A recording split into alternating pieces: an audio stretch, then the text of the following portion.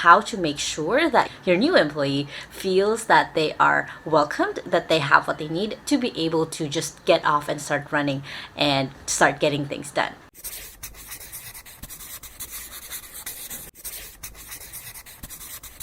Hey guys, and welcome back to my YouTube channel. Now my goal is that at the end of this video is to be able to show you how to successfully onboard remote employees. Now if this is your guys' first time on my channel, my name is Lai Lacaba. I have been working from home in the last 10 years and I now run an outsourcing agency here in the Philippines, and I post videos on how to have an online career every Sunday and how to have an online business every Thursday.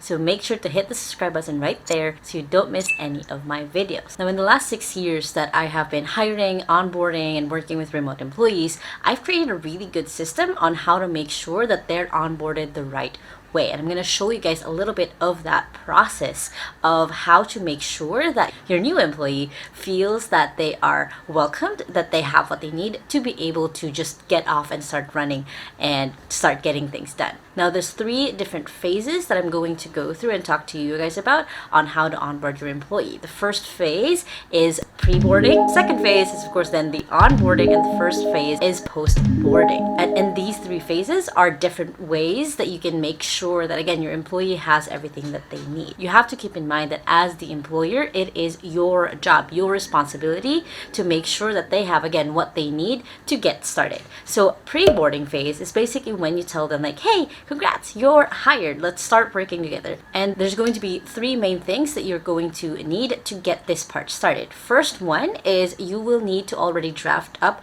their employee contract. Now there is a lot of templates out there online. You can also contact a lawyer to write yourself up an employee contract, but usually it is what are your terms and conditions once they actually start working with you. So it'll say, you know, they have to work 40 hours a week, or this is going to be how much the pay is. This is going to be the responsibilities that they'll be doing for the company. So it has to outline specifically what are the things that they can expect working and what are the first few policies that they will need to know right away. Like, you know, how many leaves they get, for example, or what would actually make you decide to let them go. So having that in a written document that's easy to understand is going to be the first one. And then of course you have to get them to go through it, understand it, and then sign it. And of course you sign it as well. The second thing that you need in the pre-boarding phase is then going to prepare the tools. So if you guys have watched like previous videos that I have done, I've talked about tools like Notion, talked about tools like Canva, for example, or making sure that you have like Google Docs or Gmail set up for them. Again, for them to get started right away without having to wait for anything else. So setting them up with the company work email, for example, or creating a hub staff, which is a time tracker to make sure that you can see what they're doing when they're working. And of course, there's a way that you can track their hours. It's essential, again, in the pre-boarding phase. You want to make sure that they have the tools before they even start. The third thing that you need to prepare on that pre-boarding phase is going to be the tasks that they will be doing on the first week, on the first month, and the first 3 months. The reason why you want to plot that out is so they have a roadmap of what to expect in the next couple of months. That way, when you get too busy, and there will be days where it's going to be that, they already have like, oh, I can take this task on, I can work on this, I can get started on this. You are giving them a path to success of how to be a good employee when you do that. You can't just have your employee jump on, give them a bajillion tasks right away, and not give them the priority of what this looks like in the next couple of months. This is how you probably will fail. So you need to already outline for them, because it's only really when they're getting started that you need to outline their tasks. Later on, they'll start getting tasks from you, especially if they're going to be your virtual assistant or executive assistant. They'll just notice like, hey, I can do this for you, or hey, why don't we try this? Again, you just want to outline the first 3 months, because then you're giving them like, oh, these are the things that are important for my employer. So again, 3 things you need to prepare: contract, any legal stuff. Second thing are the tools to get them set up, and 3 tasks that they will need to start working on right away. The next phase is now the onboarding phase. The onboarding phase is basically where you hop on a call with them on Zoom and get them started on the setup. Before this, since you already did in the first phase, setting them up with the different tools, they probably already have the access or the login to the different accounts that they need to get started. For the onboarding phase, you want to do, again, 3 things. The first thing is showing them where everything is at inside of your company. So showing them where to find different documents, showing them where to find the different standard operating procedures, showing them where they can ask for help also to make sure that they have, again, everything they need to succeed. This onboarding phase really is where a lot of the communication starts to break down, is when you don't give them the clarity of where to find certain things as they are working, because then that creates a bottleneck where they can't move forward with what it was that they were supposed to be doing. You can imagine it as a virtual office walkthrough where you're showing them like, hey, this is where you can find anything that you need inside of the company, and if you can't find it, you can contact this person. One of the things that we're starting to implement in our own company into XU is anytime that we onboard someone is we pair them up with a buddy, with someone who they can ask questions from, even though they're probably not directly co-workers or working on the same project. Mostly because new people probably going to be shy, probably not going to be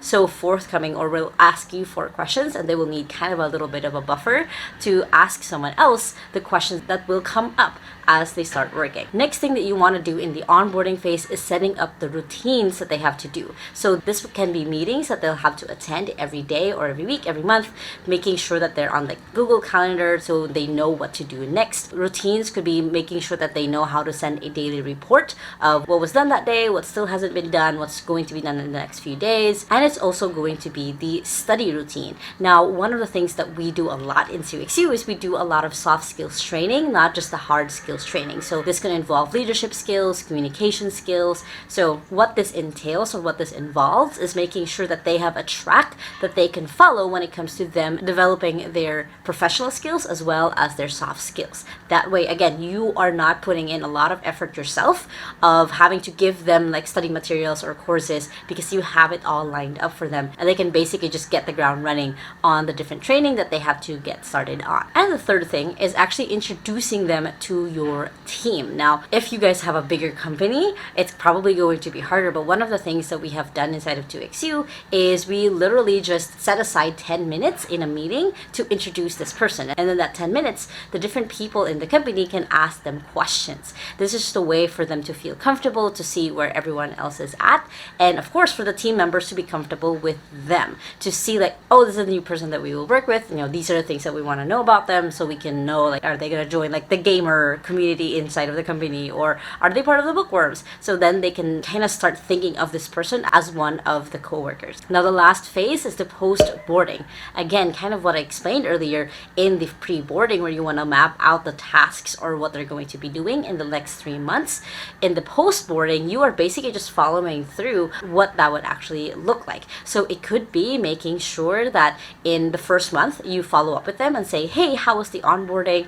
You know, you're asking them for feedback on how that can be done better. On the second month, it could be making sure that they are also creating standard operating procedures inside of the company, so it's not only them that knows the process. And on the third month, it's evaluating how much they've grown in the last 3 months and what to expect in the next 6, 12, 24 months that they'll probably be in the company. So you want to be able to monitor them, but have it a little bit automated. So the ways that you can do that is by just scheduling automatically a monthly check-in call with them, where it could be just a 30-minute call where you're checking on where they're at, if they have the right tools, the right tasks, the right pushes basically to get to where the goal is, whatever their goal is in the company. It could also involve checking in with their buddy, with the person that they were assigned to kind of know that they can ask this person questions, checking in on them of like, hey, how do you think they're working so far? What else can they do better? So then you can strategize and say, oh, they probably need this training, or they need this piece of advice to be able to keep moving forward. And the last thing that you can set up on the post-boarding is then celebrating wins in some way. So what I mean by celebrating wins in some way is making sure that there's a way they can know that they've reached 90 days and celebrating in some way. Inside of 2XU, we give a Kindle so they can read more books. We also recognize them for it anytime that they've hit that mark.